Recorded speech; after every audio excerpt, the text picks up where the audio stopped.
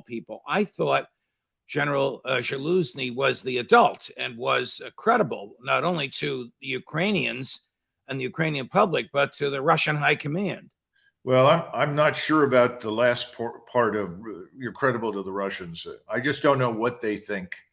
I doubt seriously that they hold anybody in the current regime in high esteem. Having said that, remember that Zaluzny was actually very honest to the extent that he could be in his Economist interview, and essentially pointed out, I need a new army. I need all of this equipment.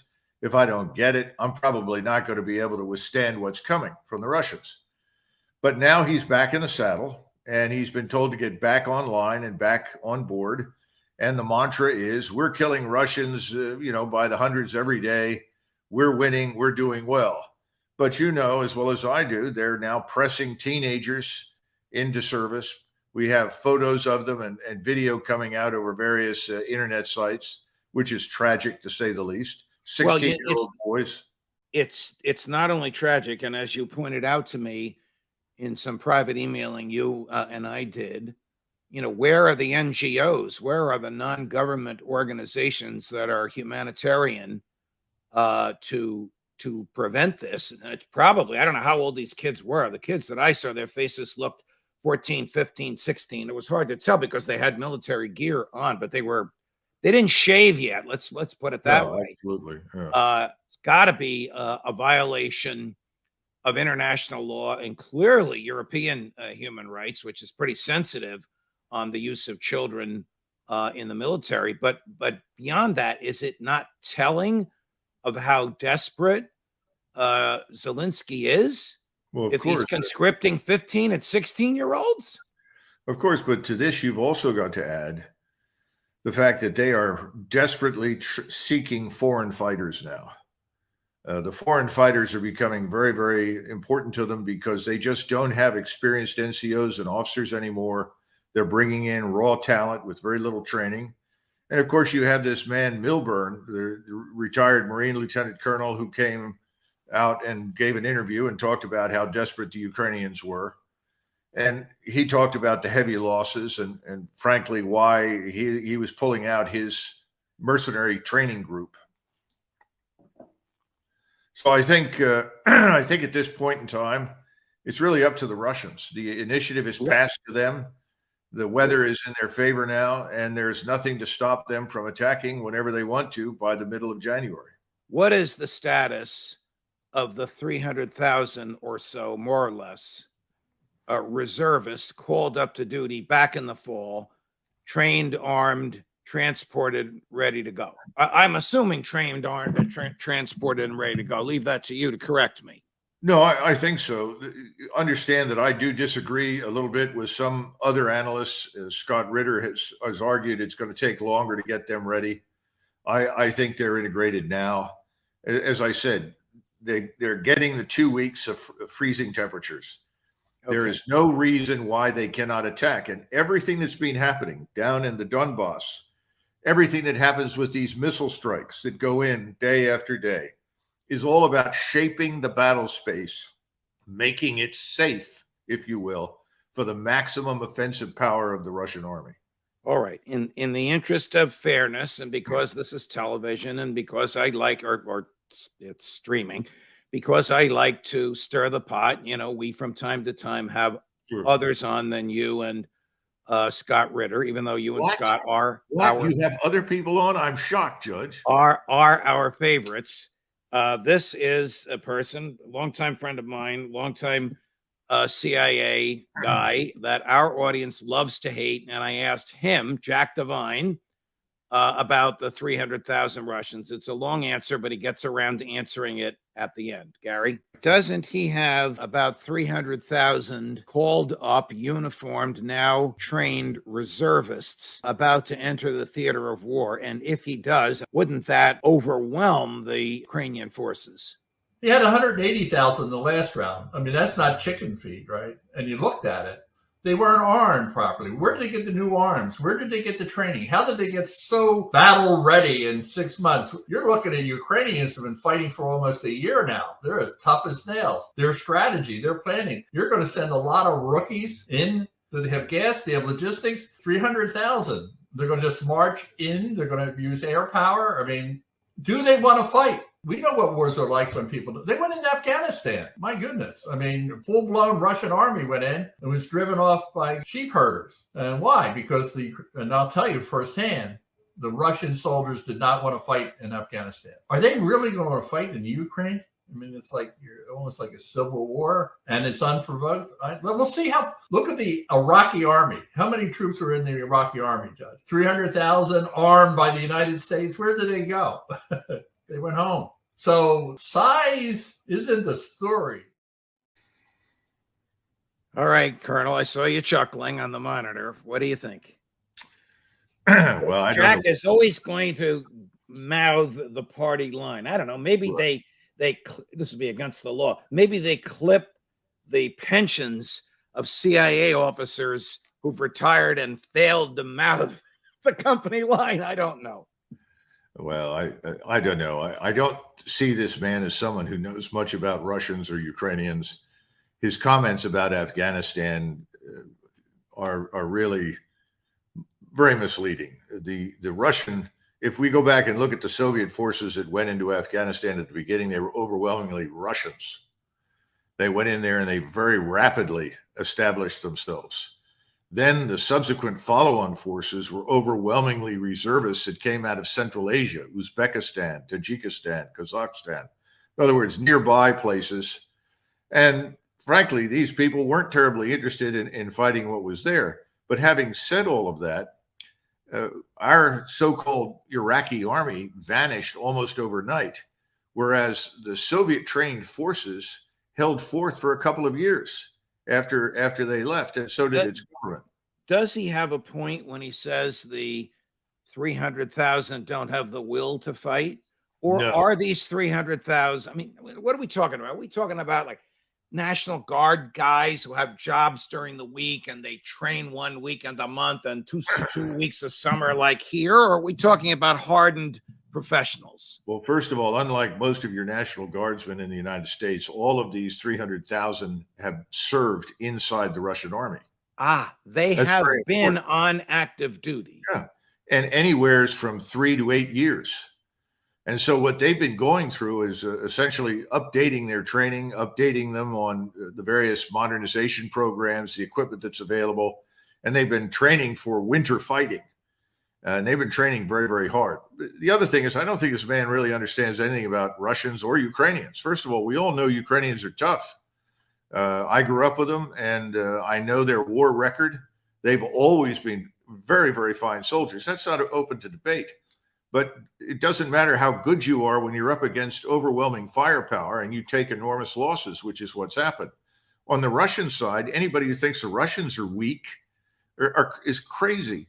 In fact, I would say these 300,000 are not only enthusiastic about going to Ukraine, I think they have enormous backing at home inside Russia.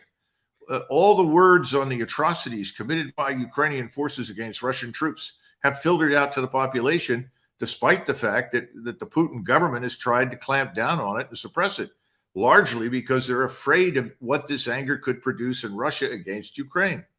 I totally disagree with his entire assessment. Okay. In the midst of all of this, President Emmanuel Macron of France has weighed in. Here's what he said. I think it was on New Year's Eve. France will continue to help Ukraine, quote, without fail, and quote, until victory itself. We will build a just and durable peace together. Count on France and count on Europe. Is he talking about troops? What is he talking about, as you understand this? Or is this just political pabulum for the French press? I think it's a combination of all the above. He's also made comments about finding a way forward that's not going to involve compelling Russia to give up all of its gains. He's already said publicly, we can't expect the Russians to give up Crimea. And he said we should have pressed ahead in the Minsk agreements and done a better job with Luhansk and Donetsk and so forth. I think it depends on which audience he's talking to and when you hear him. All right. Here's General Stoltenberg, the commander of NATO, I call on allies to do more. It is in all our security interests to make sure Ukraine prevails and Russian President Vladimir Putin, he mentions him by name, does not win. This is pretty direct and in your face, Secretary General of NATO to President of Russia, isn't it, Colonel? Well, let's stop and think about what he's just said. How many times did you hear FDR or any of the leading lights in the U.S. military or the government during World War II complain about the failure of the British or the Soviets to do enough? This is a trick question. Yeah. Never. All right? Right. That's nonsense. We never made those kinds of comments because they were in the fight long before we were, and they were heavily engaged. We were giving them everything we could to keep them engaged until we could bring force to bear against them. My point is, if this were a successful operation, a successful war effort, you wouldn't be begging your allies to do more. The truth of the matter is that Europeans overwhelmingly want nothing to do with this war, and their governments know it. Is there military significance to what Secretary General Stoltenberg said? Does he command troops? Can he order troops in? Stoltenberg is a mouthpiece for whomever governs Washington, for whomever is president of the United States, whatever the administration is. He says and does what Washington tells him to.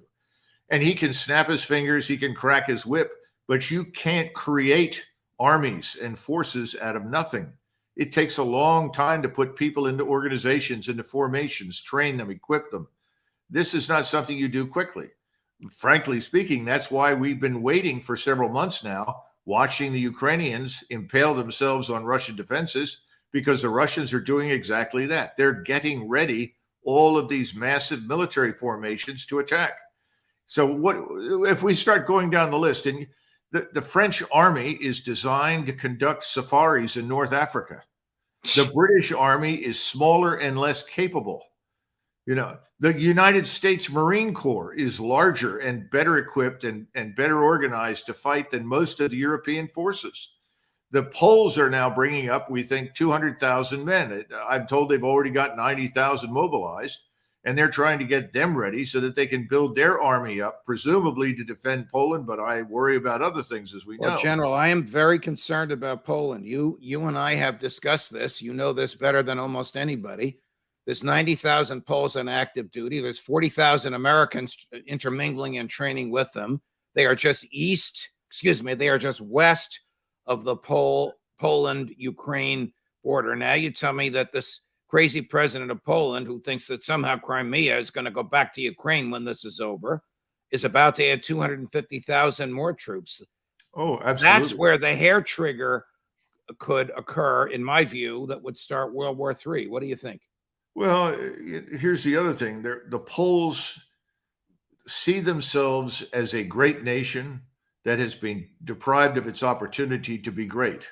They were great 400 years ago. They were powerful in Europe, the largest state in Europe, the most powerful military force in Europe 400, 500 years ago. They would really absolutely not, Judge. And now, if I were to put that question to General David Petraeus, how do you think he might answer that in light of his public comments in the last week? Well, I suppose you'd have to call all the people that helped to promote him, who are currently sitting in positions of authority in Washington, before he gave you an answer, to ensure that whatever he said was what they wanted him to say. Okay, and you're not one of the things I think you and your audience can appreciate is this. In 1942, after the fall of Tobruk, June-July timeframe of 1942, the British had been through 2 long years of uninterrupted defeats at the hands of the Germans. And remember, in almost every encounter, the British and their allies outnumbered the Germans. And finally, after Tobruk fell, which was a very major blow in North Africa, someone asked Churchill, well, are we losing this war? We haven't won any battles. He said, I know battles are important, but battles don't necessarily decide wars. He said, in modern warfare, it's the trends in the wars that decide them. And the trends ultimately favor us, not the Germans. Be patient. Well, I think Churchill was right. The Russians have not sustained any serious defeats. And we know that they were off to a slow start for all the reasons that we've covered. Where they are right now is, frankly, where they want to be. They are defending the territory that they've annexed, and they are training, preparing, and organizing for the major offensives to come in November and December. And here's something else that your audience may find of interest.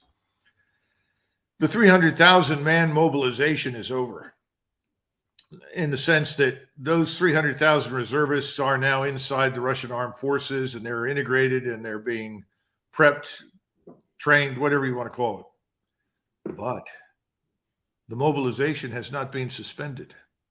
And there's a lot of evidence that decisions behind the scenes have been made to continue mobilizing, so that instead of looking at 700,000 troops, Russian troops in November, December timeframe, we may be looking at 1 million in the field before January. And I think this is because Mr. Putin and his national security advisors, his military commanders, are listening to us and the threats that we continue to make, and the insistence that he effectively surrender to Mr. Zelensky. And that's not going to happen. Among those threats, and the reason, of course, for my reference to General David Petraeus in an earlier question, is, of course, a public comment that General Petraeus made, in which he said the United States and some NATO countries should lead some sort of an allied force, not a NATO force, but some sort of a coalition of the willing, to quote George W. Bush, on the ground in Ukraine against the Russians. And knowing Petraeus, as I know you do, I'm sure you know that he wouldn't have said something like that without having run it up the flagpole first. So first, what do you think militarily of what General Petraeus has offered?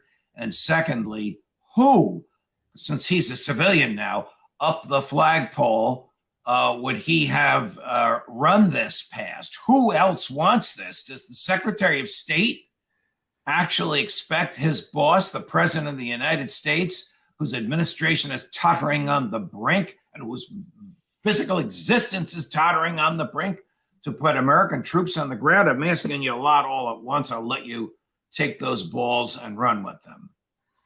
Well, on the first question, I think we have to regard this as having been a kind of trial balloon.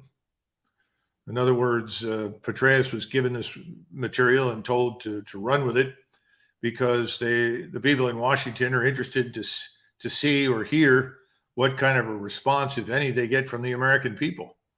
That's the first thing. Secondly, unfortunately, I do think there is serious planning going on about the use of U.S. forces in Ukraine. I think it's very dangerous. I think it's ill-conceived, but it's going on. Third, the mention of a coalition of the willing is a dead giveaway, because NATO is not united on this issue. Most people in Europe are not interested in being dragged into a war with Russia. So when you ask the question, what is this coalition of the willing? Well, are we going to get some Romanian troops, Polish troops, perhaps, maybe some Lithuanians? It's hard to tell. Anybody else prepared to show up? I don't know how many British troops they can expect to get. I don't think the British could field 10 to 15,000 troops in any period of time that would be competent on the battlefield. The French, they're already overextended in Africa. So I don't know who else we're talking about. So this coalition of the willing, as it's termed, is another indicator. And then finally, why are we talking about this at all, Judge? Right. Why? Because the globalists in the State Department want to put Putin out of business, and they think they can do it. First, it's because Ukraine is devastated. It's losing. It's on the brink of extinction. The counterattacks that we saw over the last several months, it started out with 30, 40, 50,000 troops, then declined to perhaps 10,000, 12,000. They declined further to 3,000 to 5,000. And recently we've seen battalion-sized units, 500, 600, 700, actually trying to probe and walk through Russian defenses. They're running out of manpower that can fight. And in fact, the information I have is that the Polish soldiers in Ukrainian uniform, and we don't know how many there are. I've heard lots of estimates, all the way up to and a little bit above 10,000. And then the so-called Foreign Legion that Ukraine has fielded, which may number 5 to 7,000 or less. Again, we don't know. That those formations are the only formations with any stomach for a serious attack in a major fight. So that's the other point. Now, finally, to go to yours. Yes, Judge, we have people in Washington who want a direct confrontation with Russia because they believe they can bully Russia. They believe they can compel the Russians to submit, that Mr. Zelensky can show up and accept their surrender. It's bizarre. There's no evidence for it. It's dangerous. It's stupid. But yes, they are there. And I think that characterizes the thinking at the top of the administration. So Zelensky, who was all over the place in the media for 7 or 8 months, really hasn't made, two observations, hasn't made very many public appearances in the past month. So I offer to you the thought that maybe he knows that what you're saying is truthful and his days are numbered. The other observation I want to make is the storied American 101st Airborne is in Europe for the first time since World War II. They're in Romania. What are they doing in Romania? Well, according to the reports, there are about 5,000 of them. This is a mix of light infantry and UH-60 aircraft. I don't know if they have a battalion of H-64D attack helicopters with them, but they're supposedly working with Romanian forces. Again, this looks like one wing or one leg of the coalition of the willing. Then the rest of the division is up in Poland, which is several hundred miles north. And there are all sorts of rumors on the internet, and people are saying, oh, well, they're going to fly in to Odessa and set up a blocking position to prevent the Russians from moving on Odessa.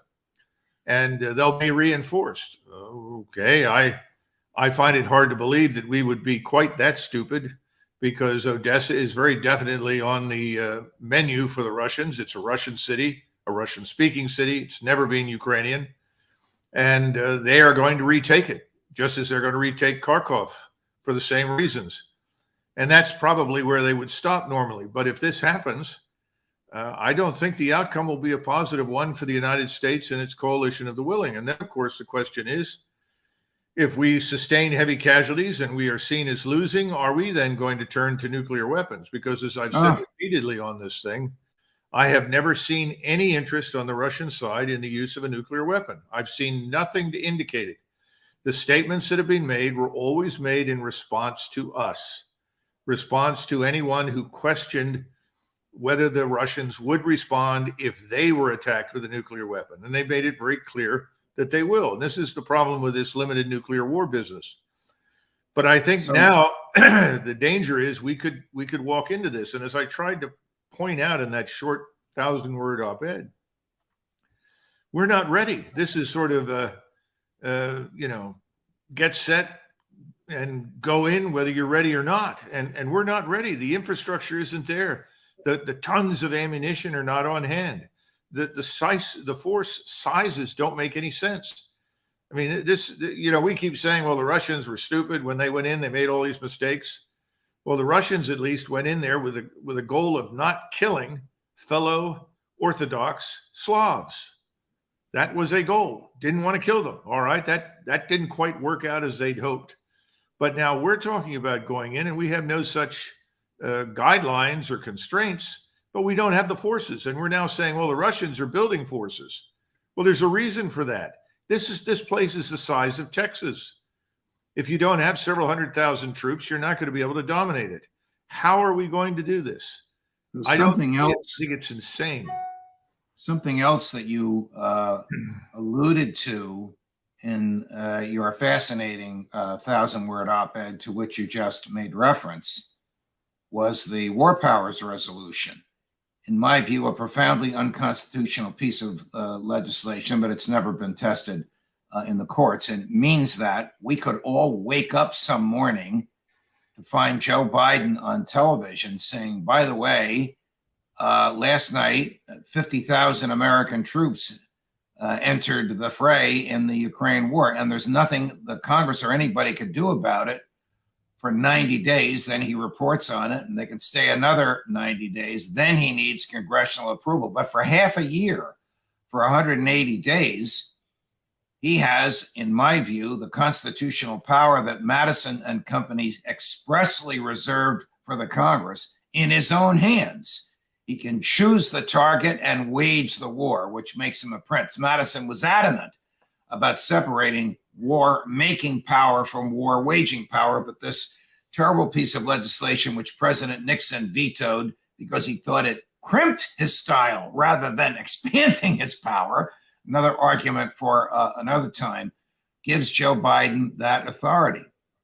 Is this something we have to fear, that we wake up some morning and find out that while we all slept, 50,000 uniformed American troops, I'm just throwing that number out, entered the Ukraine-Russian war? Yes. I think it's a real possibility now, much more so than any kind of nuclear exchange. I still do not believe that anyone in the White House is deranged enough to even consider such a thing. But I do think that this is a possibility. How much is it? 90%, 80%, 60%? I don't know. But I do know that after I'd written that op-ed piece, I received an awful lot of information from people on the inside telling me that I was dead right and on target, and then beginning to tell me the kinds of things that were under consideration. So yes, I think it's a possibility. Now, if we go back to this whole business, let's face it, certainly since FDR, I think we've lived in a world of presidential government. And that's one of the tragedies of the United States. We were founded as Agreed. There's no question about that the presidency, no matter who occupies it, whether it's Jimmy Carter or Ronald Reagan, or Harry Truman or Barack Obama, the presidency has expanded almost to the point of dictatorial powers. That George W. Bush and his successors all claim that somehow they can kill people. I mean, these are claims that even to FDR would have sounded alien.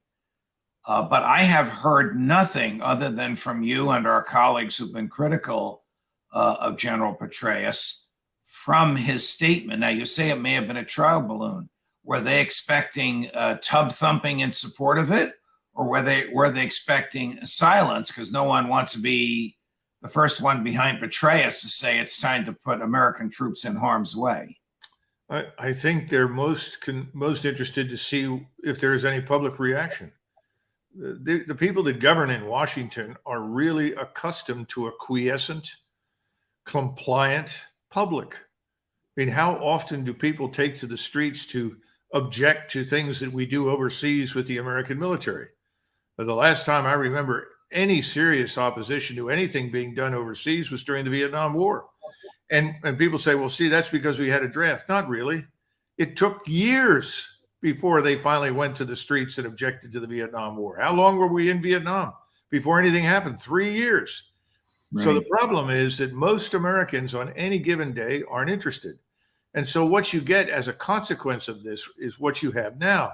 Right now, we have people at the top of this administration who are behaving like 3-year-old children who have found out that there are these things called electrical sockets, and they've got forks, and they're shoving forks into the electrical socket to see what happens. Well, one of them is going to be electrocuted, to be sure. Probably will be shocked by it at the least. That's where we are. That's what this idea of going into Ukraine is. It's dangerously stupid. You are pushing the fork into the electrical outlet. Let's get back to the status of things on the ground. One of our viewers asks, isn't it true that Russia has lost territory? And if so, why? That is, lost territory that it had previously conquered and acquired. Well, the only place that they have lost territory, as I understand it, that is significant in terms of square mileage was up near Kharkov. And that was an area where they only had 2,000 paramilitary police stiffened by some paratroopers. And they just said, look, this is wide open, flat terrain. It's not worth it. We can come back here whenever we want to. And they pulled out. The Ukrainians were then subject to punishing artillery rocket fire, missiles, airstrikes, and lost 40% of the force that went in there. Now, over the last several weeks, we've had these little maneuvers, little attacks that for a while pushed forward, were then driven back. And what has been going on just within the last 24 hours is another one of those. But the real focus has been Kherson, which is critical to the Russians and critical to the Ukrainians. And the Ukrainians have been expending every effort they can to try and gain control of it. They haven't. And they haven't driven the Russians off the bridgehead that they have west of the Dnieper River. And I keep hearing people report that. So I always go back and check. And what we have seen is Russian civilians were understandably evacuated. That's a good thing. We don't want them to be killed, just as the Ukrainians ought to evacuate Ukrainian civilians to avoid their deaths. But there has been no massive withdrawal of Russian forces anywhere. And I would simply suggest that these modest gains here or there have generally been reversed. And if they haven't been reversed, it's because there's no urgency to do so. And well, right now, the Germans are providing 17 tanks, 3 from Portugal, 14 from Germany. That's not a significant number. They initially said they would end up with 88. That number continues to fall. I think for the Ukrainians, the mud would be a welcome respite. Okay. Secretary Austin recently reinforced the Joe Biden mantra, "Will be with you as long as it takes, and we'll get you as much ammo as you need." He's a little long-winded, but here he is. Ukraine has been at this for a year, and so they have used a lot of artillery ammunition. We're going to do everything we can, working with our international partners, to ensure that we give them as much ammunition as quickly as possible. As much ammunition as quickly as possible. I suppose that's so generic it could mean almost anything. But is there still enthusiasm, Colonel, as you perceive it from your sources, amongst the neocons on Capitol Hill to provide as much ammunition as possible? Or do they see the handwriting on the wall that you've been warning about for a year? I think they see the handwriting on the wall. But having said that, it's not a question of willingness at this stage. We simply don't have much ammunition to send. We've reached the point where we're rapidly running out of ammunition in our war stocks, and our factories cannot gear up fast enough to produce more at a desired rate. We don't have a surge capacity that we had 50 years ago. It doesn't exist for missiles, rockets, anything. So I think they're going to get something more than they've gotten, but not much. And it's not going to make much difference. On the other hand, as we've talked about before, the Russians, and I just had a conversation with someone who was in Moscow a couple of days ago, who tells me that the Russian General Staff is preparing for a 30-month war against NATO and the United States. All of their munitions factories, equipment factories are running 24 hours a day, 7 days a week. So they are well stocked and they are prepared for the worst. Well, guess who agrees with you on the depletion of our supplies? The Secretary General of NATO, General Stoltenberg. Here he is now. The war in Ukraine is consuming an enormous amount of ammunition and depleting Allied stockpiles. The current rate of Ukraine's ammunition expenditure is many times higher than our current rate of production. This puts our defense industries under strain. I wish that Secretary Austin had been there. Maybe he was somewhere else in the room. But the current rate, I'm paraphrasing, I'm going to think I memorized it. The current rate of Ukraine use is not twice, not 3 times. It's many times our ability to supply them. What does that tell you? It tells me that soon the Ukrainians will have nothing because NATO will have nothing with which to supply them. If you make $10 a day and you spend $15 a day, sooner or later, you have no cash. Yes, the Ukrainians are running out of ammunition. There's no question about it. And they'll have to fall back and regroup. If they don't, they'll simply be annihilated. And that might not even work either. We'll talk about that later. But the bottom line is, yes, The situation is dire, and the more desperate things become, the more ridiculous, in some cases, the claims are made by the Ukrainians and the West. Do you have an opinion as to why General Stoltenberg would have said that, and if he would have said that without running it past his masters in Washington first? No, I'm sure that they asked him to say it. Everybody knows it. It's an open secret. We're in the same boat as our European allies, but I don't think anybody in Washington wanted to make that admission.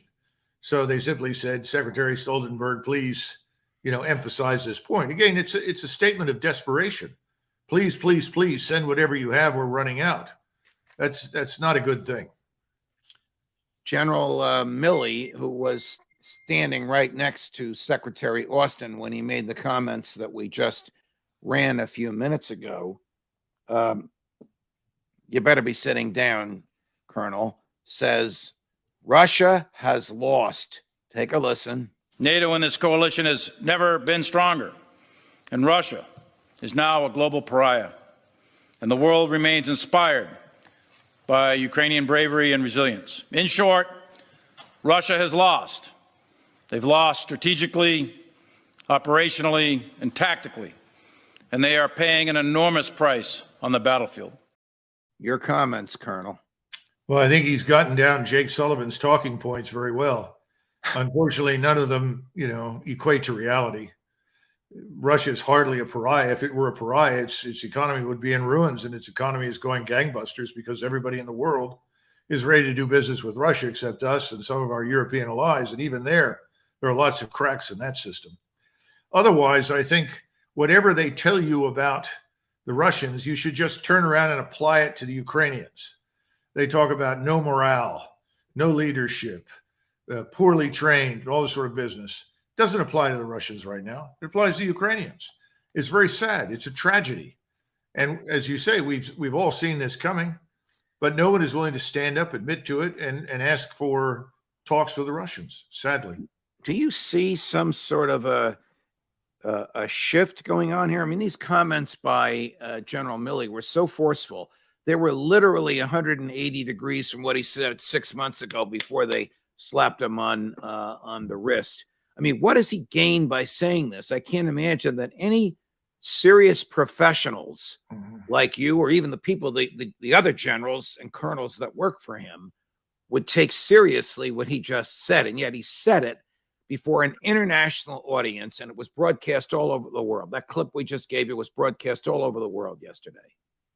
Well, let's be frank, Judge. This entire administration has lost a great deal of credibility in a whole range of areas over the last several months. Anything they say has to be viewed with great skepticism. General Milley has made it very clear that he is aligned with the left. He is part of this administration. He's going to say whatever they want him to say. End of discussion. Your concern about professional integrity and so forth doesn't really occur to him. He sees a different future.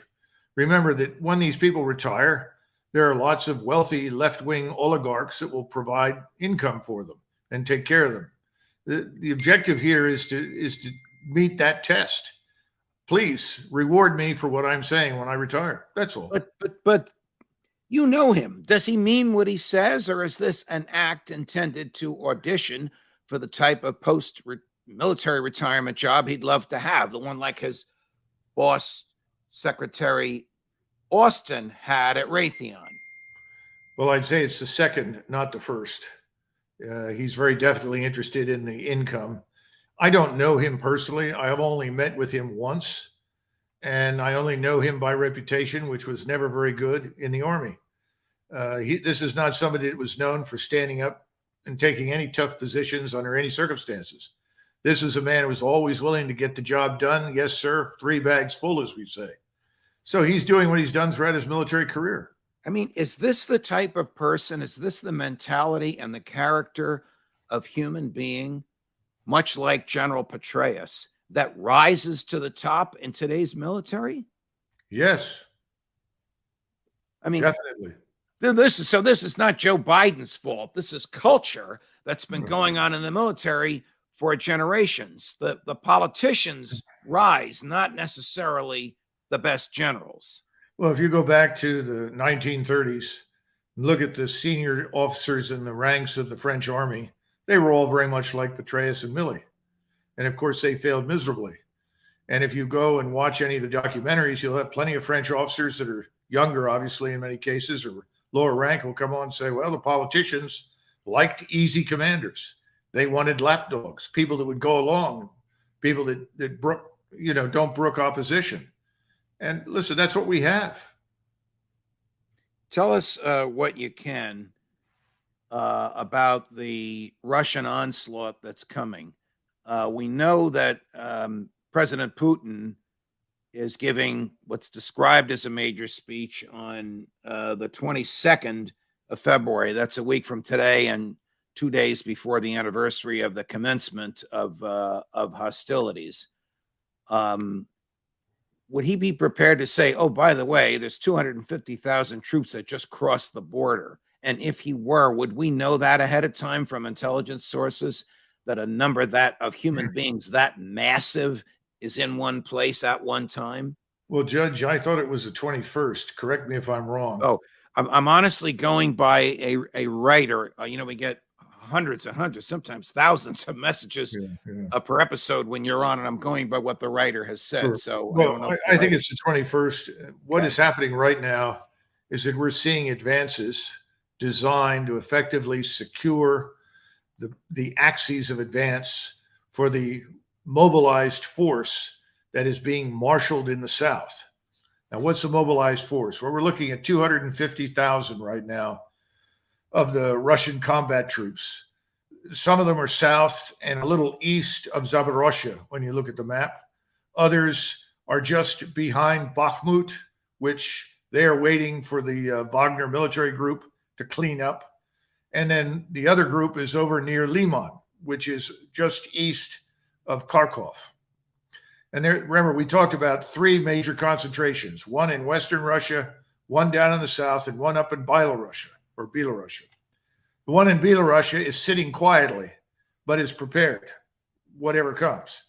But these forces are going to move on at least two, maybe three axes, but they're not going to move until it's completely clear. And if we look at the strikes that are going in right now, air, missile, rocket, artillery, they're stripping out all of the air defense radars and all the air defense artillery that's out there. So they want to be sure that they have a clear open field for their close air support, for their drones, for their rockets, for their missiles. Sometime in the next few days, we're going to see this gargantuan move north and west out of those three areas. Let me just interrupt you. Gargantuan meaning with respect to the number of boots on the ground. Yes. Do troops literally walk miles on the ground? Or no, are they almost everyone. No. Almost everyone will ride. Most of your infantry will be armored infantry, following behind armor, artillery strikes, and so forth.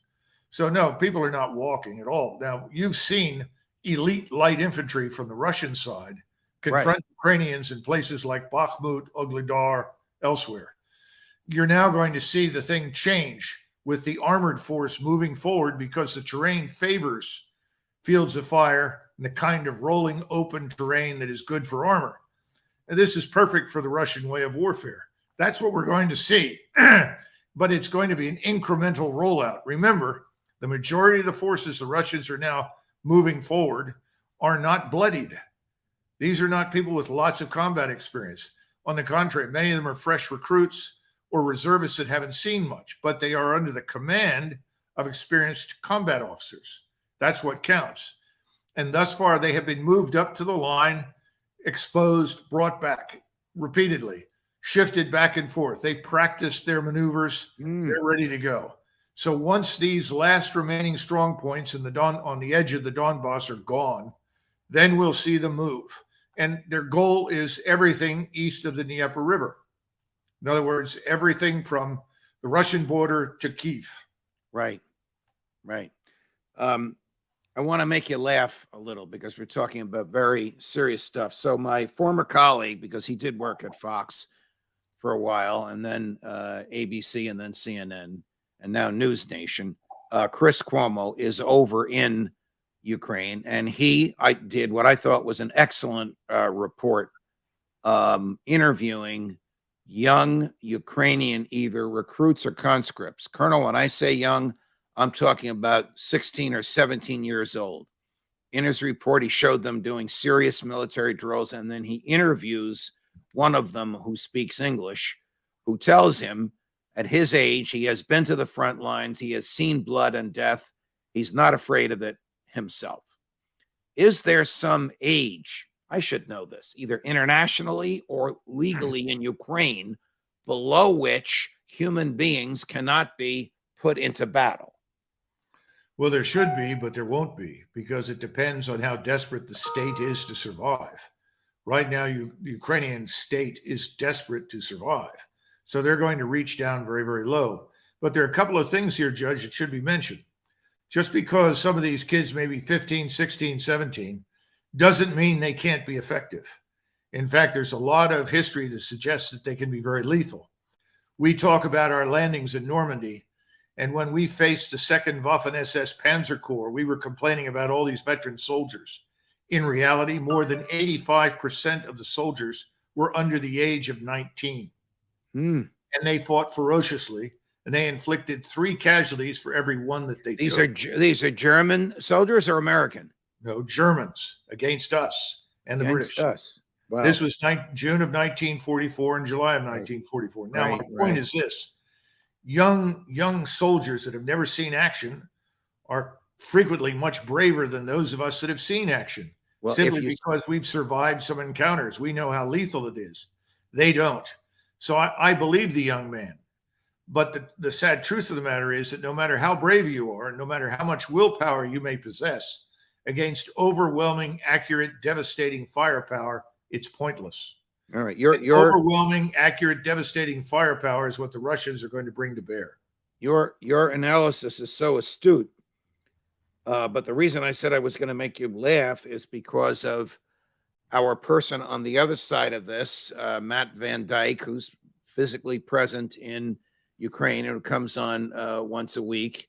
He's the head of this group, Sons of Liberty International. They purport to be veterans, American military veterans who provide training to and non-lethal training to Ukrainian civilians and military.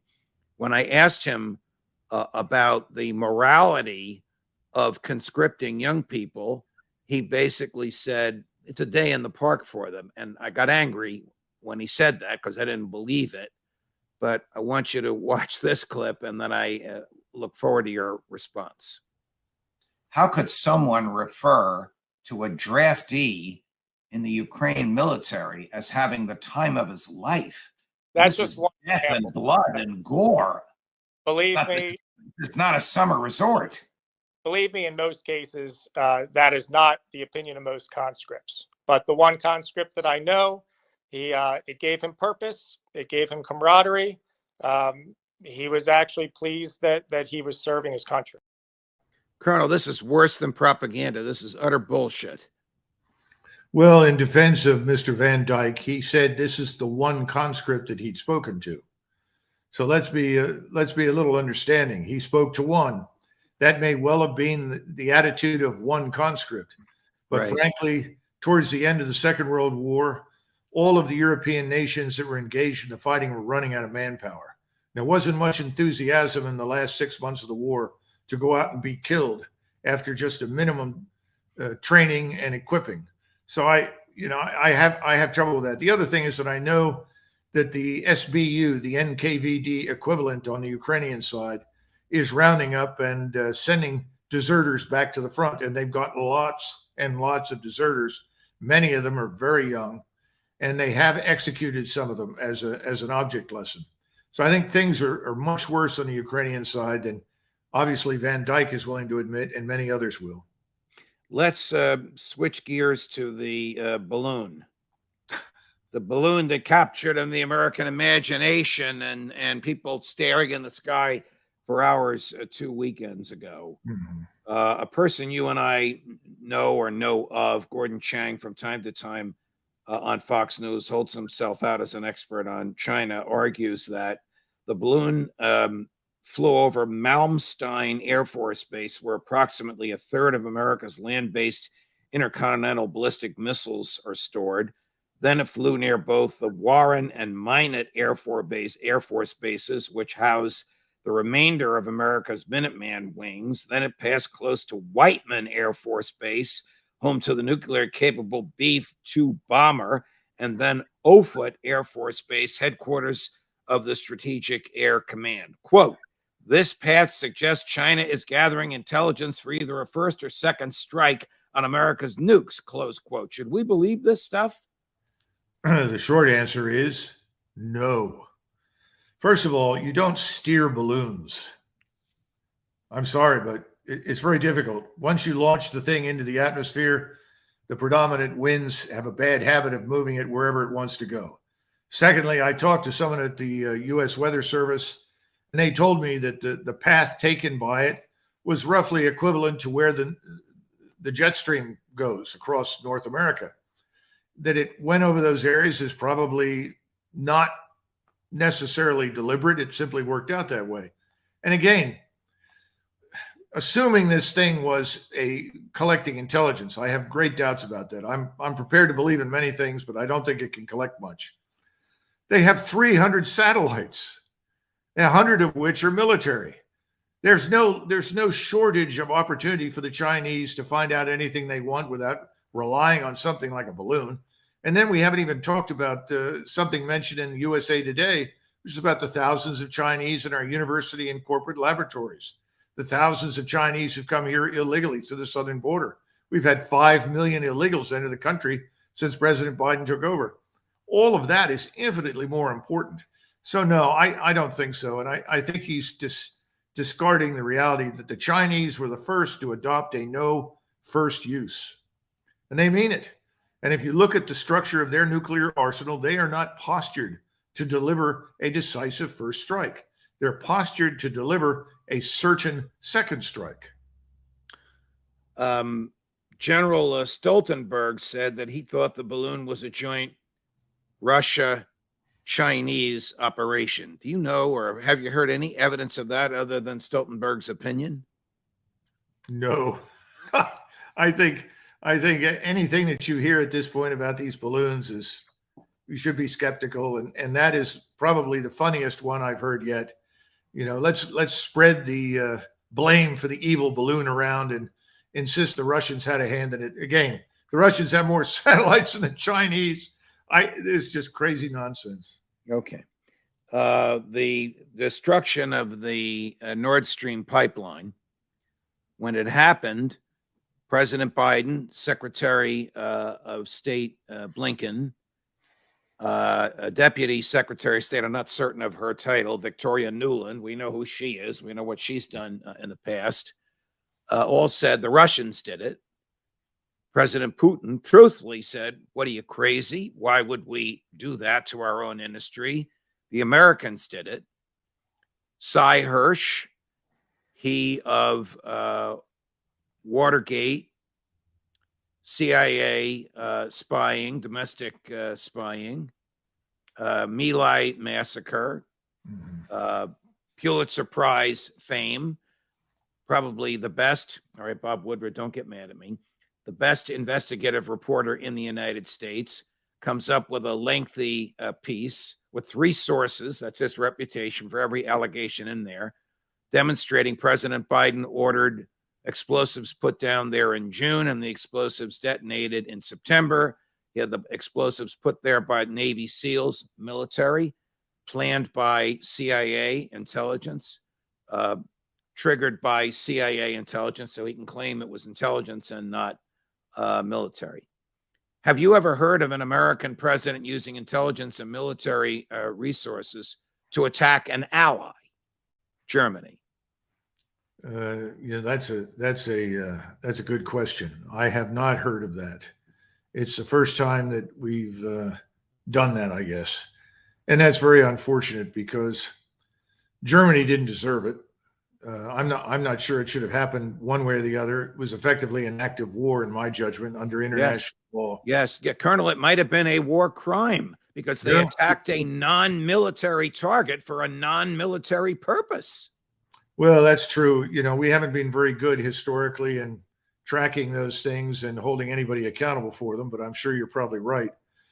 The bottom line is Cy Hirsch is many things, but he's an honest man. He makes honest mistakes like we all do from time to time. But I think his track record is excellent. And this particular incident, everything he describes is a kind of trial balloon. In other words, Petraeus was given this material and told to run with it because the people in Washington are interested to see or hear what kind of a response, if any, they get from the American people. That's the first thing. Secondly, unfortunately, I do think there is serious planning going on about the use of U.S. forces in Ukraine.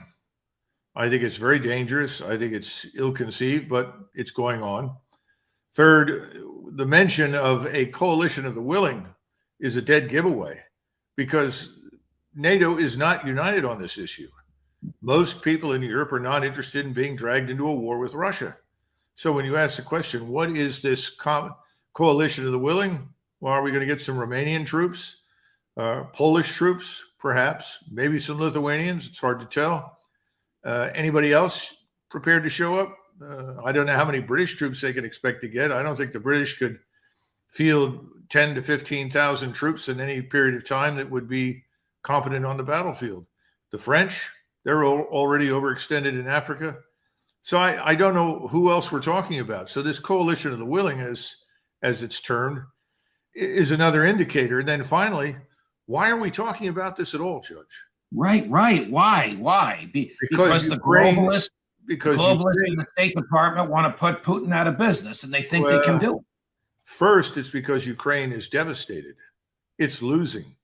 It's on the brink of extinction. The counterattacks that we saw over the last several months, it started out with 30, 40, 50,000 troops, then declined to perhaps 10,000, 12,000. They declined further to 3,000 to 5,000. And recently we've seen battalion-sized units, 500, 600, 700, actually trying to probe and walk through Russian defenses. They're running out of manpower that can fight. And in fact, the information I have is that the Polish soldiers in Ukrainian uniform, and we don't know how many there are. I've heard lots of estimates all the way up to and a little bit above 10,000. And then the so-called Foreign Legion that Ukraine has fielded, which may number 5,000 to 7,000 or less. Again, we don't know. That those formations are the only formations with any stomach for a serious attack and a major fight. So that's the other point. Now, finally, to go to yours, yes, Judge, we have people in Washington who want a direct confrontation with Russia because they believe they can bully Russia. They believe they can compel the Russians to submit, that Mr. Zelensky can show up and accept their surrender. It's bizarre. There's no evidence for it. It's dangerous. It's stupid. But yes, they are there. And I think that characterizes the thinking at the top of the administration. So Zelensky, who was all over the place in the media for 7 or 8 months, really hasn't made, two observations, hasn't made very many public appearances in the past month. So I offer to you the thought that maybe he knows that what you're saying is truthful and his days are numbered. The other observation I want to make is the storied American 101st Airborne is in Europe for the first time since World War II. They're in Romania. What are they doing in Romania? Well, according to the reports, there are about 5,000 of them. This is a mix of light infantry and UH-60 aircraft. I don't know if they have a battalion of H-64D attack helicopters with them, but they're supposedly working with Romanian forces. Again, this looks like one wing or one leg of the coalition of the willing. Then the rest of the division is up in Poland, which is several hundred miles north. And there are all sorts of rumors on the internet, and people are saying, oh, well, they're going to fly in to Odessa and set up a blocking position to prevent the Russians from moving on Odessa. And they'll be reinforced. Okay, I find it hard to believe that we would be quite that stupid, because Odessa is very definitely on the menu for the Russians. It's a Russian city, a Russian-speaking city. It's never been Ukrainian. And they are going to retake it, just as they're going to retake Kharkov for the same reasons. And that's probably where they would stop normally. But if this happens, I don't think the outcome will be a positive one for the United States and its coalition of the willing. And then, of course, the question is, if we sustain heavy casualties and we are seen as losing, are we then going to turn to nuclear weapons? Because as I've said repeatedly on this thing, I have never seen any interest on the Russian side in the use of a nuclear weapon. I've seen nothing to indicate it. The statements that have been made were always made in response to us, response to anyone who questioned whether the Russians would respond if they were attacked with a nuclear weapon. And they made it very clear that they will. And this is the problem with this limited nuclear war business. But I think now the danger is we could walk into this. And as I tried to point out in that short 1,000-word op-ed, we're not ready. This is sort of get set and go in whether you're ready or not. And we're not ready. The infrastructure isn't there. The tons of ammunition are not on hand. The force sizes don't make any sense. I mean, we keep saying, well, the Russians were stupid when they went in, they made all these mistakes. Well, the Russians at least went in there with a goal of not killing fellow Orthodox Slavs. That was a goal. Didn't want to kill them. All right, that didn't quite work out as they'd hoped. But now we're talking about going in, and we have no such guidelines or constraints, but we don't have the forces. And we're now saying, well, the Russians are building forces. Well, there's a reason for that. This place is the size of Texas. If you don't have several 100,000 troops, you're not going to be able to dominate it. How are we going to do this? I think it's insane. Something else that you alluded to in your fascinating 1,000-word op-ed to which you just made reference was the War Powers Resolution. In my view, a profoundly unconstitutional piece of legislation, but it's never been tested in the courts. And it means that we could all wake up some morning to find Joe Biden on television saying, by the way, last night, 50,000 American troops entered the fray in the Ukraine war, and there's nothing the Congress or anybody could do about it for 90 days. Then he reports on it, and they can stay another 90 days. Then he needs congressional approval. But for half a year, for 180 days, he has, in my view, the constitutional power that Madison and company expressly reserved for the Congress in his own hands. He can choose the target and wage the war, which makes him a prince. Madison was adamant about separating war-making power from war-waging power, but this terrible piece of legislation, which President Nixon vetoed because he thought it crimped his style rather than expanding his power, another argument for another time, gives Joe Biden that authority. Is this something we have to fear, that we wake up some morning and find out that while we all slept, 50,000 uniformed American troops, I'm just throwing that number out, entered the Ukraine-Russian war? Yes. I think it's a real possibility now, much more so than any kind of nuclear exchange. I still do not believe that anyone in the White House is deranged enough to even consider such a thing. But I do think that this is a possibility. How much is it? 90%, 80%, 60%? I don't know. But I do know that after I'd written that op-ed piece, I received an awful lot of information from people on the inside telling me that I was dead right and on target, and then beginning to tell me the kinds of things that were under consideration. So yes, I think it's a possibility. Now, if we go back to this whole business, let's face it, certainly since FDR, I think we've lived in a world of presidential government. And that's one of the tragedies of the United States. We were founded as Agreed. There's no question about that the presidency, no matter who occupies it, whether it's Jimmy Carter or Ronald Reagan, or Harry Truman or Barack Obama, the presidency has expanded almost to the point of dictatorial powers. That George W. Bush and his successors all claim that somehow they can kill people. I mean, these are claims that even to FDR would have sounded alien. But I have heard nothing other than from you and our colleagues who've been critical of General Petraeus from his statement. Now, you say it may have been a trial balloon. Were they expecting tub thumping in support of it? Or were they expecting silence? Because no one wants to be the first one behind Petraeus to say it's time to put American troops in harm's way.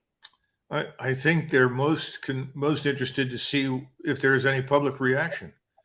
The people that govern in Washington are really accustomed to a quiescent, compliant public. I mean, how often do people take to the streets to object to things that we do overseas with the American military?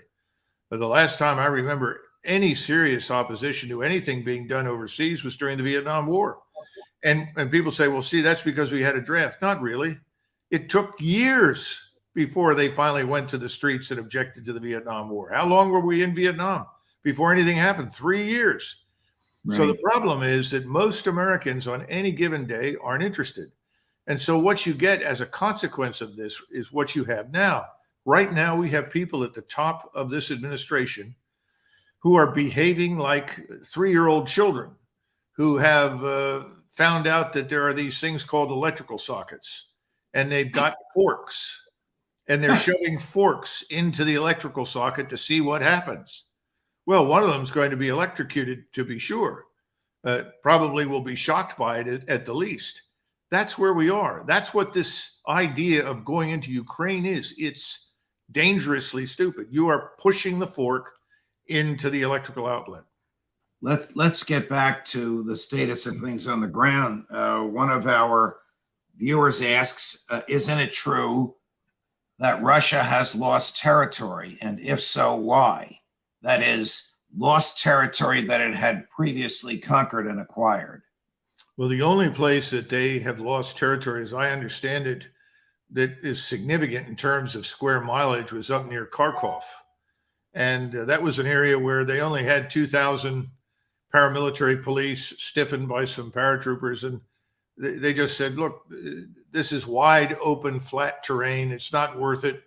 We can come back here whenever we want to. And they pulled out. The Ukrainians were then subject to punishing artillery, rocket fire, missiles, airstrikes, and lost 40% of the force that went in there. Now, over the last several weeks, we've had these little maneuvers, little attacks that for a while pushed forward, were then driven back. And what has been going on just within the last 24 hours is another one of those. But the real focus has been Kherson, which is critical to the Russians and critical to the Ukrainians. And the Ukrainians have been expending every effort they can to try and gain control of it. They haven't. And they haven't driven the Russians off the bridgehead that they have west of the Dnieper River. And I keep hearing people report that. So I always go back and check.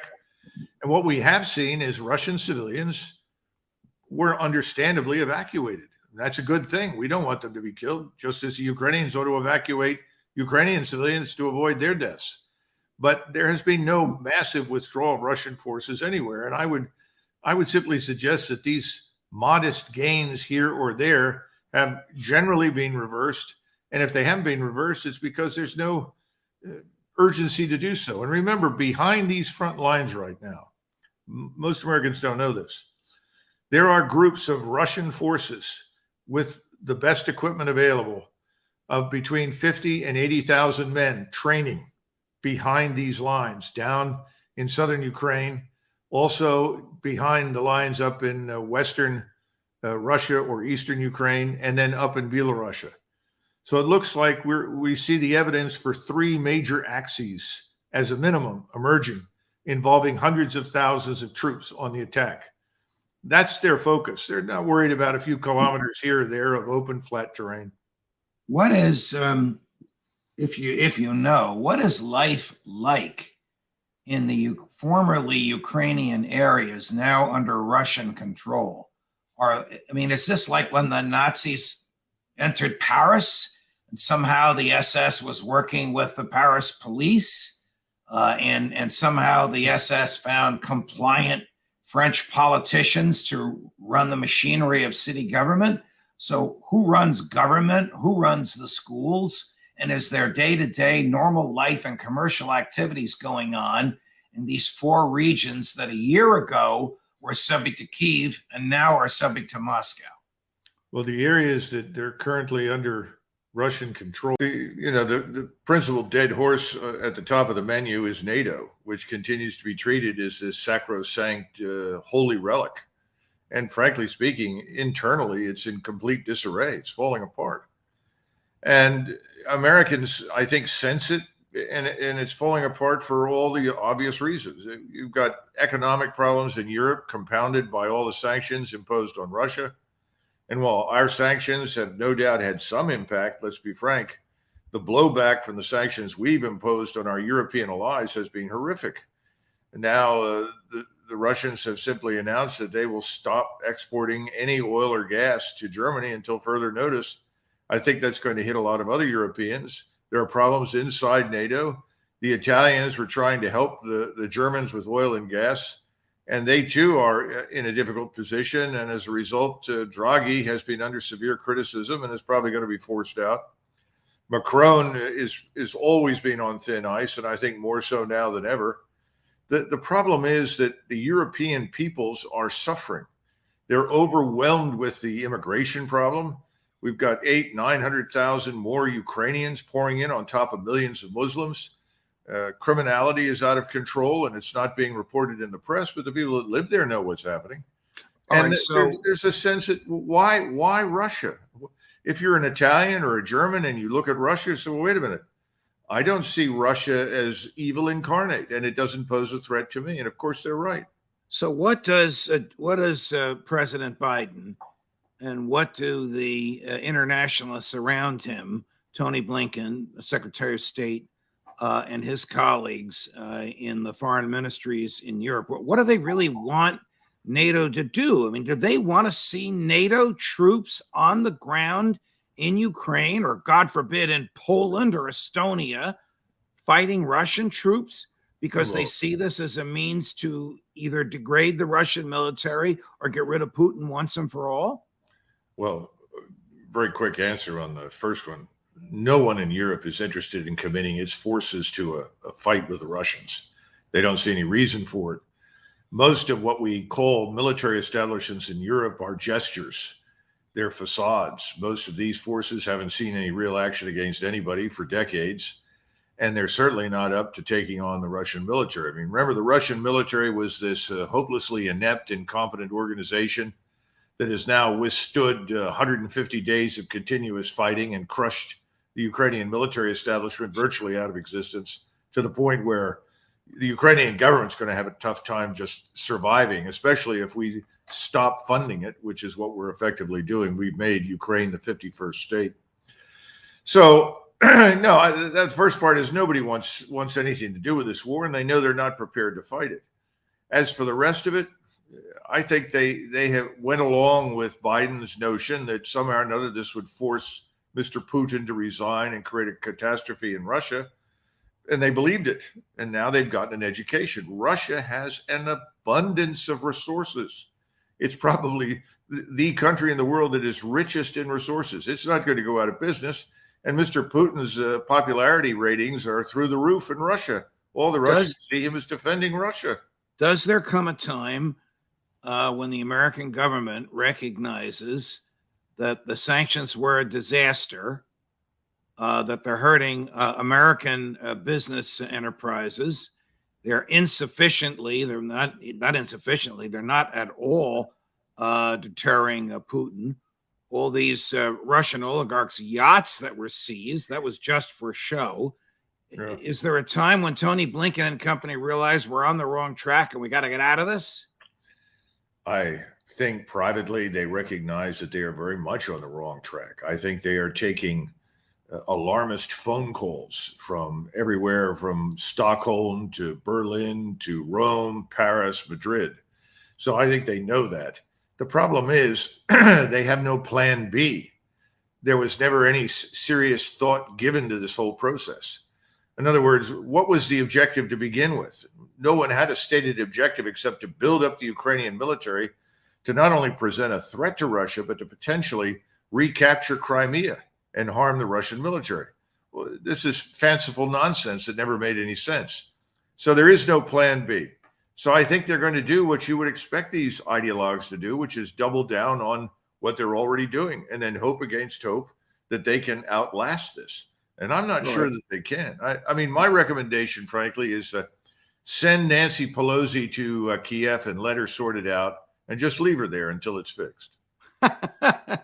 She's threatening to go to all places, to Taiwan. And of course, Beijing is not very happy about that. And they're threatening some severe response to that. We'll talk about Nancy later. Tell me about the actual war. I mean, you don't see it on television anymore. You don't even see it on the front pages of the New York Times. So a couple of questions. Are the Ukrainians holding any ground? Have they won back any ground from the Russians?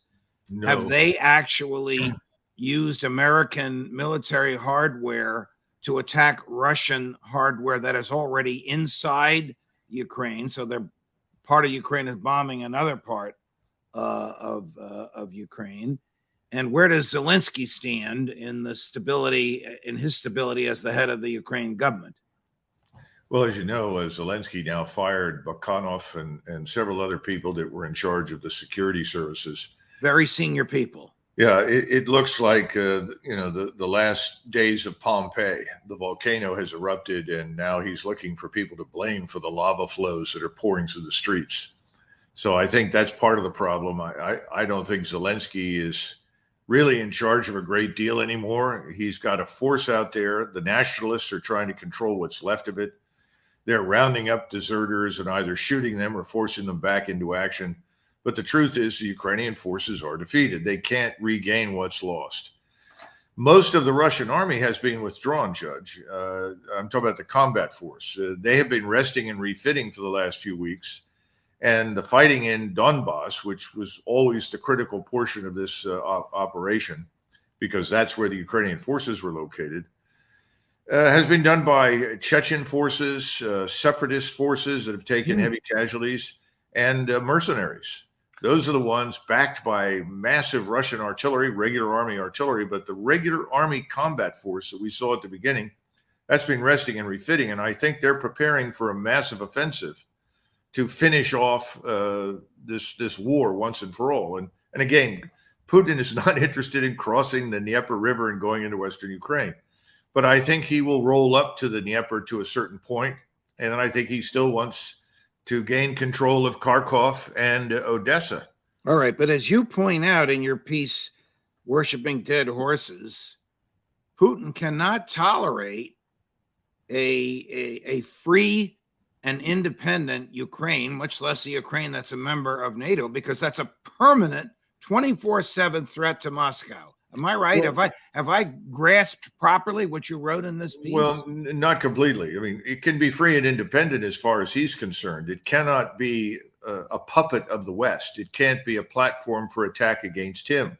Or if it's a member of NATO, he views it as a puppet for the West. Absolutely. Absolutely. In fact, privately, he's told many people he doesn't care if Ukraine's part of the European Union, could care less. His concern from the very beginning was this massive NATO-trained and equipped army funded largely by us. That's no longer in the picture. But what I'm concerned about, what many Europeans privately are concerned about, I know Berlin is very much so. And remember, Berlin is still the elephant in the room economically. And right next to Berlin is a somewhat smaller elephant called Italy. Both of these states are concerned that what will happen is that we will go back into Ukraine in a subversive way and try to continue to use the Ukrainian people and the rump Ukrainian state as an opportunity to attack and threaten Russia. That's what he doesn't want. And that's what Berlin and Rome don't want. No European wants that. That means literally in our lifetimes, perpetual war, to the point where finally Putin decides, I don't want to go there. I don't want a border with NATO. Remember, that's one of the things he doesn't want. He doesn't want a border with NATO. He's already got a small one way up north in Estonia.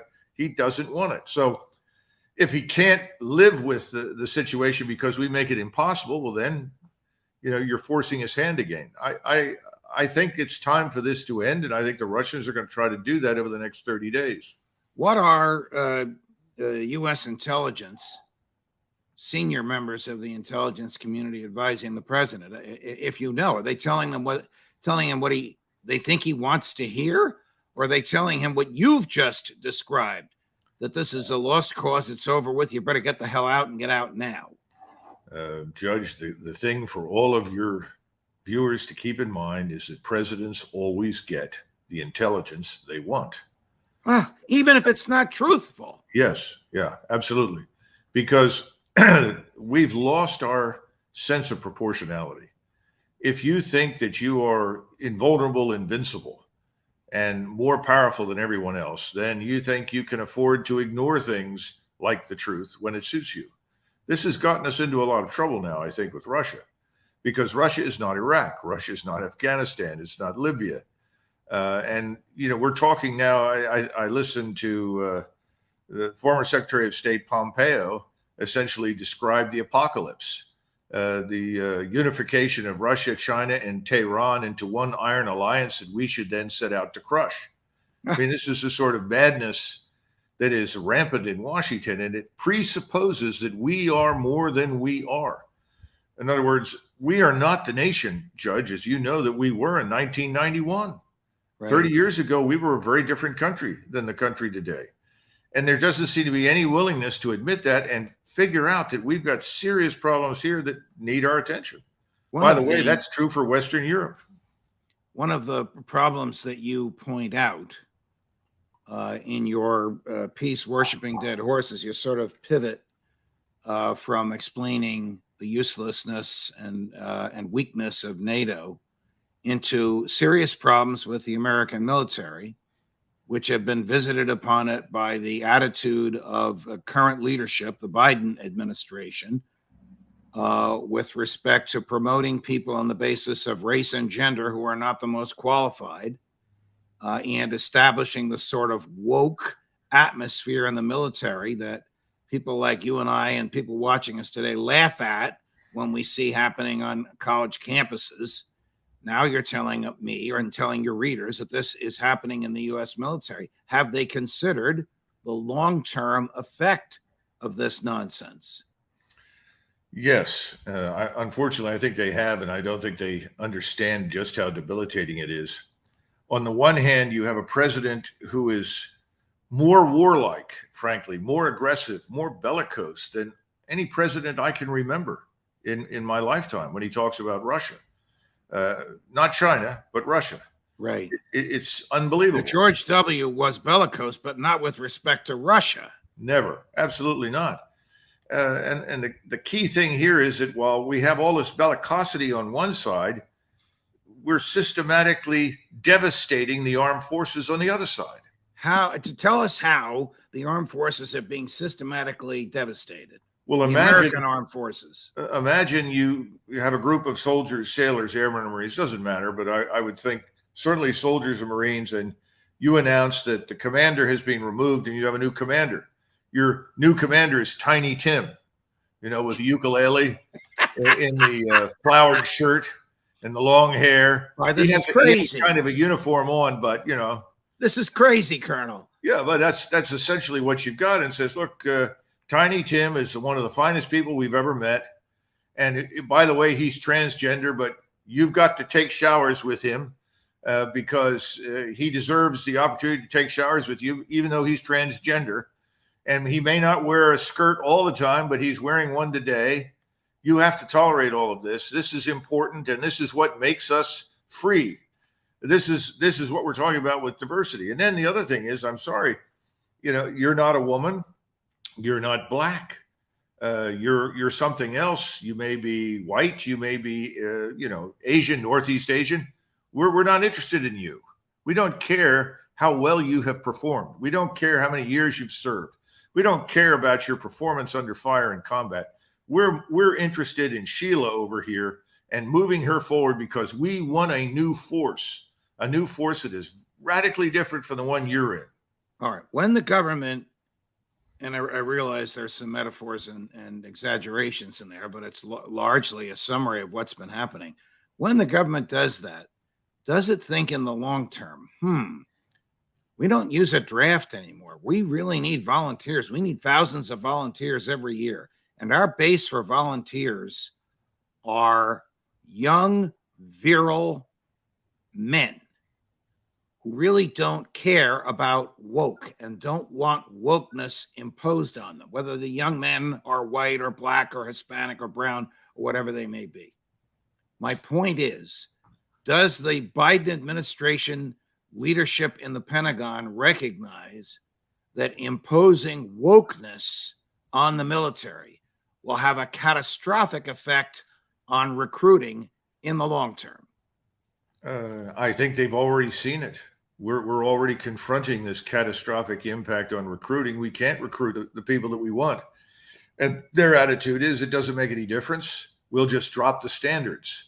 We'll start recruiting people that we normally never take into the armed forces, people that are far below the desired IQ levels, people that have criminal records, people that may have serious problems, drug problems or something else.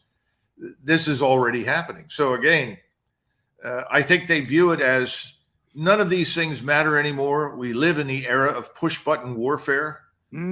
Fire a missile. We're still the biggest, most powerful, richest country in the world. We can do pretty much as we want. And the important thing in the backs of their minds is that we're building a force that reflects our leftist ideology and values. And we're replacing the values that were historically motivating inside the armed forces with our new values. One of my viewers just texted us who wants to die for Biden and Zelensky. It's just so appealing. I mean, no American wants to do that. Does Tony Blinken? Does Lloyd Austin, the Secretary of State and the Secretary of Defense, do they think American troops want to die either for wokeness or for Zelensky? Lloyd Austin is a mystery to me. I've never met the man. And looking back on the years that he served, he certainly was an enormously, let's put it this way, he benefited enormously from the system that we have in place, right. Affirmative action and other things. And yet he's turned on the institution and seems to be turning on the American people and the country with incredible hatred and distaste. It's hard for me to fathom and imagine. It's even more difficult for me to look at senior officers who stand around and act as though this is perfectly normal. And when you say, what the hell are you doing? Their answer is, well, I've got orders. Wow. Orders to do what? Destroy the force? Right. Ruin morale, destroy cohesion, destroy discipline. We don't even have the authority today in the chain of command that we did 10 years ago or 20 years ago or 30 years ago to take action when it's required. What is the level of wokeness? It's hard for me to ask this with a straight face in the Russian army. Yeah, that's a great question. The last time I looked at a recruiting video, I'd say about 0. Everybody there understands the Russian army exists to kill enemies of the Russian state. And all the soldiers, sailors, airmen, and Marines understand that's their number one task. We go to where we're ordered and we defend the country and we kill the enemies of the state. All right. We're now at the end of July. Where will we be by late? Well, it's interesting because they have not sustained those kinds of casualties in the past. For them to lose 1,000 a day in one day, it would be interesting to know what the cause is. Did they indicate at all what had caused these deaths? No, it's one of those short, Colonel, it's one of those short summary articles. It's no more than 2 paragraphs. It's like it was written on the fly. Maybe more is to come. If something breaks during the show, we'll pick it up and let you know. You and I discussed a piece in the Financial Times based on writing by reporters who are all over Europe that NATO's stockpiles are getting low and needing urgent replenishment. How could that be? Oh, I think that's easily explained. First of all, even in the 1980s, when we were pouring enormous amounts of money into our military establishment, NATO was really conducting business as usual. Now, that was better than what we've seen since the early 1990s, but there was no sense of any imminent danger of war in Europe that justified massive production of equipment or munitions. Once the wall fell, so to say, you see that the German army was rapidly disbanded. The German government simply disarmed itself and fell into the hands of these combination of Greens and leftists who were convinced that that Fukuyama was right, that history had ended and there would be no further conflict. So NATO, and you've been saying this, NATO is giving arms to Ukraine from its substance, not from its surplus, and its substance, whatever it may need for whatever purpose. The old days, the Russian bear, but whatever purpose, its substance is depleted significantly. Oh, absolutely. And again, this reinforces another point, that the Europeans did not sign up for a war with Russia. When this whole business began, and I say business, I'm talking about going back to 2014 with the installation of the government that was essentially friendly to us, guided by people like Victoria Nuland and others from Washington. And then the subsequent massive buildup of the Ukrainian army, designed effectively for one purpose, to attack Russia, specifically not just to attack Russia, but to regain control of Crimea. So this was an unambiguously offensive force aimed at Russia. I think the Europeans looked at this and said, well, this won't really go anywhere. The Russians really don't want to fight, and the Russians are no longer armed as they once were. And what we're discovering is that they were not entirely wrong, that the Russian military was hardly prepared for a major war, which is why they ultimately went to the pause, the strategic pause, the economy of force. And they went to a war footing. They're now on a war footing. Their factories are running 7 days a week, 24 hours a day. They're not in any danger of running out of ammunitions or equipment or anything else. And they're turning out excellent equipment, brand new equipment in many cases. It's arriving very rapidly at the front. They now have a very large force, and it's getting larger every day. So I think the Europeans just never signed on for this. And the problem we have right now is that we grossly miscalculated on, the Russians. We don't really understand them. We didn't pay any attention to them.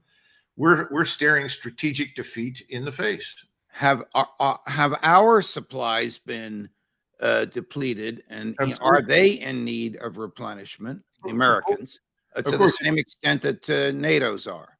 Well, of course, you got to remember that if you look at something like the Javelin, a friend of mine at Raytheon told me that, and this was ultimately posted by Fox News in one of the articles, but a friend at Raytheon said, look, we've gone through almost 7 years of production of Javelins in Ukraine.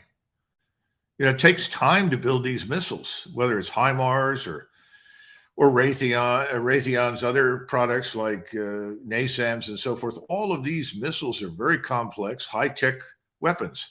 We've gone through our stockpiles very quickly, and we have no surge capacity, none. And that's something people don't understand. But the Russians have managed to very rapidly surge production. And the Europeans are very concerned about it. That's why inside NATO, behind closed doors, people are saying, this can't go on. You've got to end this, Washington. Everyone's at risk. We have nothing left. In fact, the whole tank issue is blowing up in everybody's faces because the tanks are simply not showing up. Suddenly, other European members are reluctant to commit their Leopard tanks.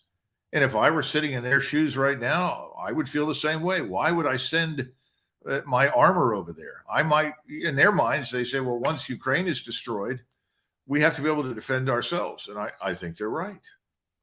To this argument, late last week, General Christopher Cavoli, I don't know if you know him, the Supreme Allied Commander of NATO, an American general, was quoted as saying Ukraine's losses are, quote, out of proportion to NATO's expectations. Now, that's consistent with what you're saying, but I'm surprised to hear that from General Cavoli, unless this is the type of leak that's intended to acclimate the public to reality. That could be.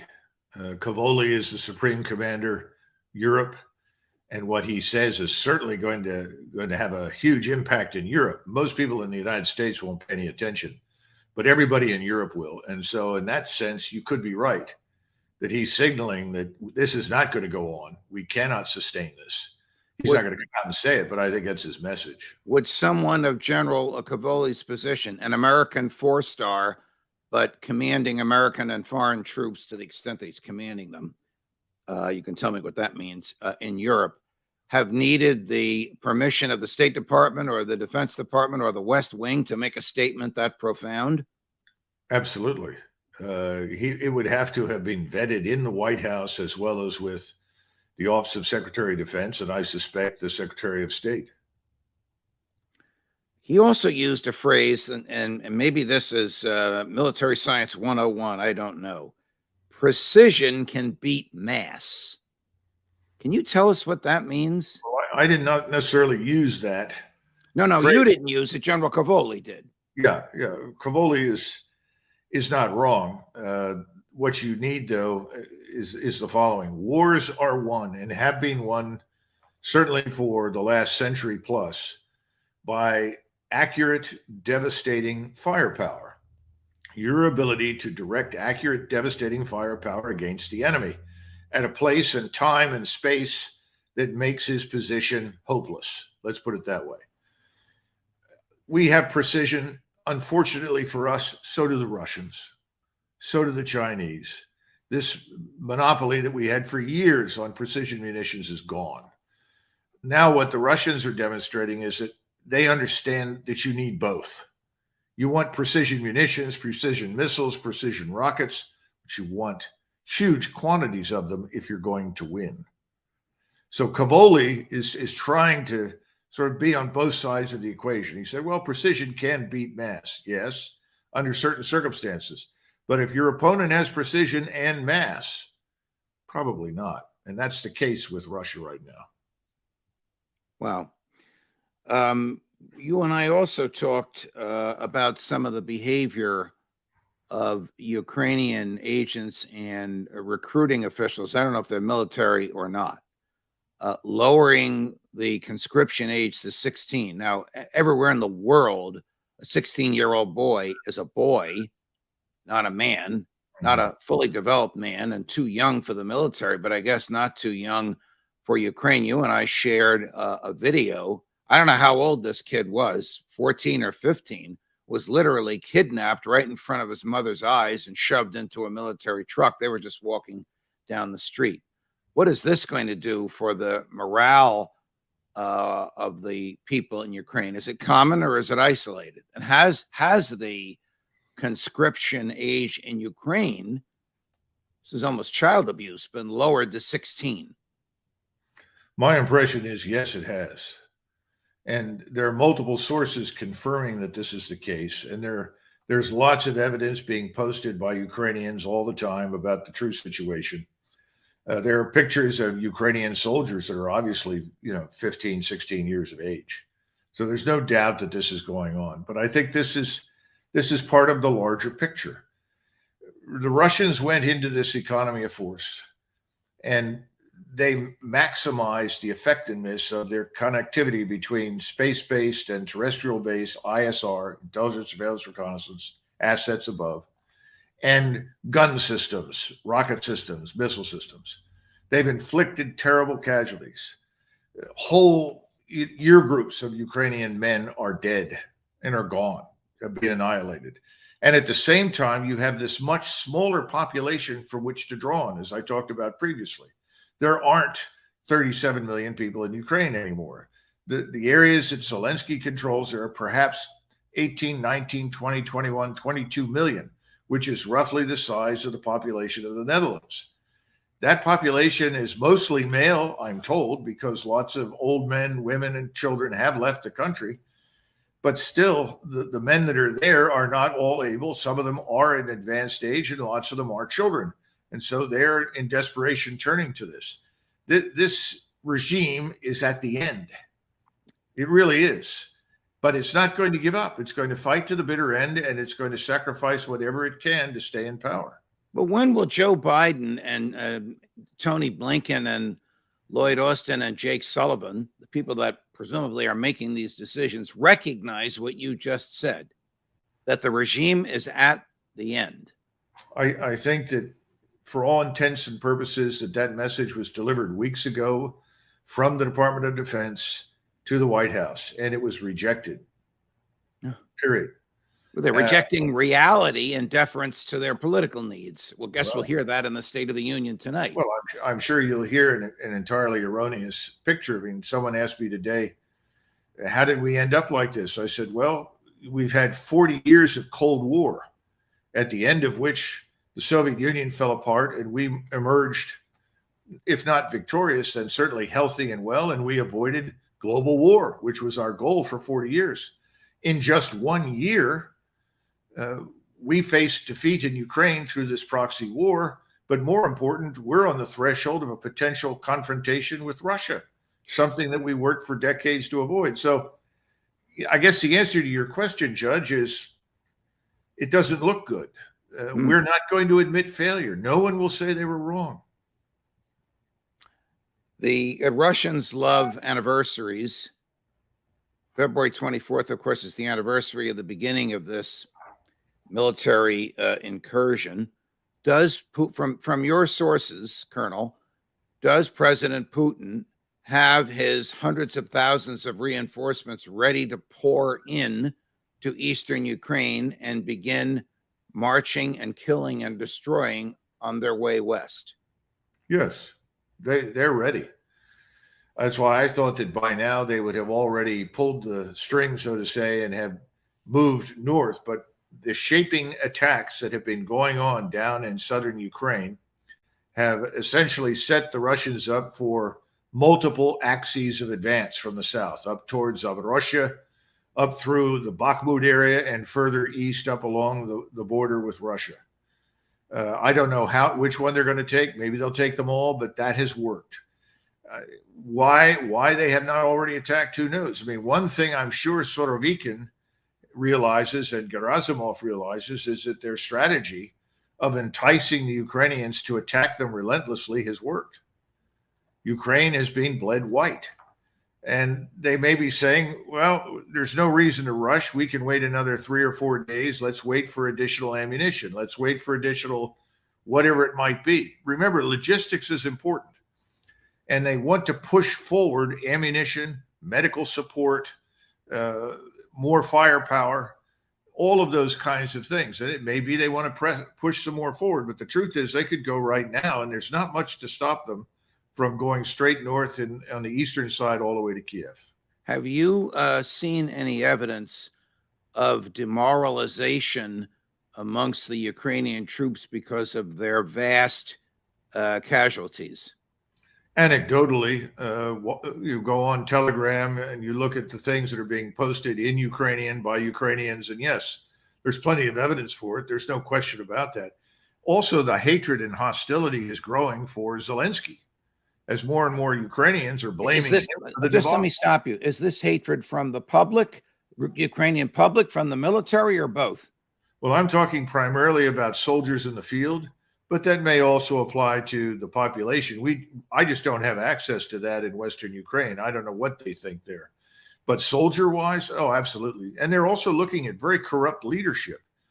You know, there are comments coming in all the time. You're stuffing your pockets with cash, you and the generals, your corrupt leaders, and we're dying, by the bushel every other day. I mean, assignment to Bakhmut for the last couple of months has been essentially a death warrant, and everybody knows it. Not too long ago, maybe 3 or 4 days ago, the former foreign minister of Poland revealed that at one point the Polish government was thinking of, I don't know how they would do this physically, militarily, and legally, partitioning Ukraine and considering the western part of Ukraine, the part largely untouched by the war that includes the capital, Kyiv, as a Polish protectorate, and thereby triggering Article 5, the obligation of all of NATO to defend Poland, if that part of Ukraine, a la Polish protectorate, were attacked by Russia.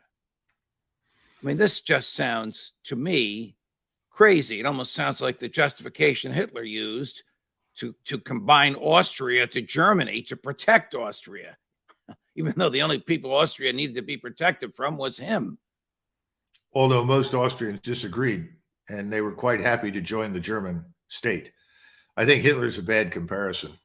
Okay. I think a better comparison would be somebody like Stalin, you know, the man that murdered 16 times the number of people Hitler ever encountered. I think Poland is another state in the region with unfinished business. You've got to go all the way back to the First World War and understand the Second World War was an extension of the First. And then all of the people in the region that were formerly part of Austria-Hungary, the Polish-Lithuanian Commonwealth, even the German imperial state or Prussia, all these places fell under Russian domination, Russian communist domination. And everyone was unhappy with it. Everyone hates it. And everyone felt betrayed. The Poles in particular, once they got out from under Soviet occupation and control, always envisioned a time when they would regain their former stature in Europe as a great power. So these kinds of thoughts and strategies have been around forever. The problem is, if they are seriously considering this, and they may be, I mean, it's hard for us to know, but nothing would surprise me. The Poles are romantics to the bitter end. If they think that by moving into Ukraine and claiming that they are acting in the name of NATO and Washington, that'll be the end of NATO. The Europeans will say, you've had it, you're on your own. We're not bankrolling your war to regain your empire against Russia. Well, we already know that the president of Poland has said his goal would be to claim back Crimea. Now, that is an impossibility, and it's insanity. Yeah, but Say you again? mean Ukrainian president, right? No, the Polish president. Oh, he said- wants to recapture Crimea? Yes, he wants American troops and his troops and Ukrainian troops to recapture Crimea. This is an impossibility, and I think you'd agree with me. It's insanity for him to say that. Well, he's obviously on hallucinogenics of some kind that would make him billions of dollars if he could mass produce it. But no, I don't see any evidence for that happening. And again, look at everybody else involved. And I guess you have to make exceptions for people that live in northern Norway that think that might be great, who are on the edge of the West and are totally remote from reality. You may have some of those in England. I don't know. But everybody else on the continent of Europe will walk away from that. There's no chance of that. And that's the end of NATO. People just say, wait a minute. No, we're not joining this war on Russia. Russia is not the Soviet Union. Is there any chance, no matter what Washington does, that Ukraine can win this war? Well, of Or course. that Putin can lose it? No, of course not. No. Putin isn't going to lose anything. And so, somebody said, well, Putin is weakened and adrift. I said, you mean Joe Biden? They said, no, Putin. I said, no, Joe Biden, not Vladimir Putin. The Russians have a strategy. They know what they're doing. They're methodical. They're deliberate. They're effective. We don't. We never thought through the consequences of our actions. We're all sitting around here in Washington saying, oh, what do we do now? Ukrainians are going to lose. We can't have that. We've got to ship more over to them. What do we do? See, this has been my concern from day one, that then people who are rank amateurs are saying, well, we've got to do something. Maybe we can move into Western Ukraine, just out to Lvov, and set up a safe zone. I don't think it's going to go down very well with the Russians at this point. You can't tell your opponent, you must be humiliated. Your state must be dismembered, and your government must be destroyed. Then we will kindly accept your surrender and welcome you into the brotherhood of international globalism or something. But that's effectively what we've been saying. So if you're a Russian right now, you're looking at this and saying, we're just going to keep going until there's nobody left in Ukraine that opposes us.